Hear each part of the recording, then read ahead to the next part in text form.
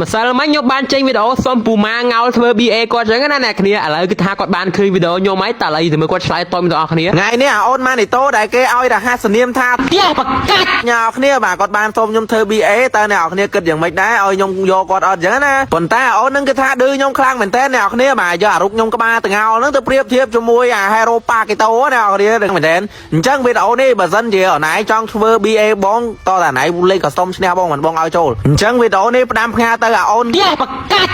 ហើយចឹងគឺថាលក្ខខណ្ឌរបស់គាត់គឺថាងាយស្រួលទេអ្នកគ្នាគ្រាន់តែវាយ custom ឈ្នះគាត់នឹងបានធ្វើ BA គាត់ហើយចឹងអ្នកគ្នាប្រហែលជាដឹងថាប៉ាកេតូអនឡាញ Top Global ហ្នឹងគឺថាកាក់ប៉ុណ្ណា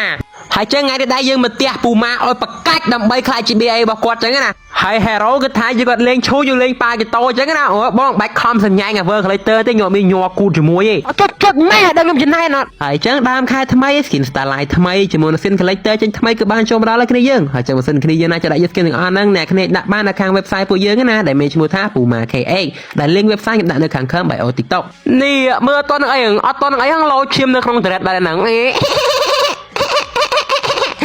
ស្អីគេចោលបាយពូម៉ាបកាច់គេតឲ្យសោះហ្នឹងមិនគេតឲ្យសោះហ្នឹងមិនខ្មាញ់ណាចេះបកាច់ចិត្តចិត្តឆៅជំរុញឲ្យទឹកក្តៅយ៉ាបកាច់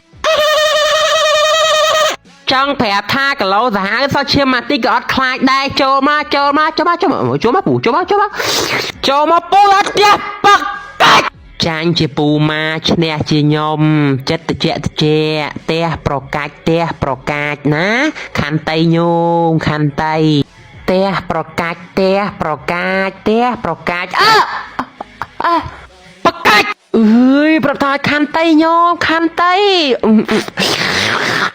សំរួលអារម្មណ៍ម្ដងគេម្ដងយើងណាខន្តីផ្ទះប្រកាច់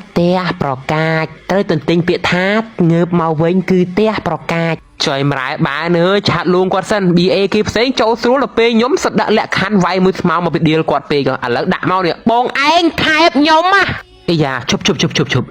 កុំមកដូចលឺសំឡេងផោមយ៉ាសំឡេងផោមនៅក្នុងស្មៅនឹងអូយ៉ា